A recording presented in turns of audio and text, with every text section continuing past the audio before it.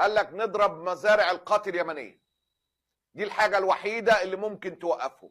תימן, הוא לא גדול, אבל 30% מהתל"ג הזה, מהייצוא, הולך, זה גת. כלומר, זה 30% מהגידולים החקלאיים בתימן זה גת, זה 40% מהמים לשתייה, לוקחים לגת, והדבר הכי מדהים זה שבמהלך המלחמה, היבול היחידי שמותר להעביר בין המורדים ללא מורדים, זה גת, וזה גם הדבר, הם הפסיקו לגדל חיטה והתחילו לגדל גת. זה אירוע לאומי מבחינת התימנים, גת כל אחר צהריים, יש ממש טקס, לך זה, לא אומר שגם זה, אבל ממש כל תימן, זה מה שמחזיק אותם.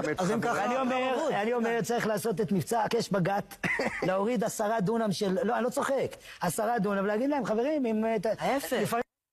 الحل الإسرائيلي اللي شايفينه لإزعاج الحوثيين هو ضرب الكيف، ضرب القات اليمني.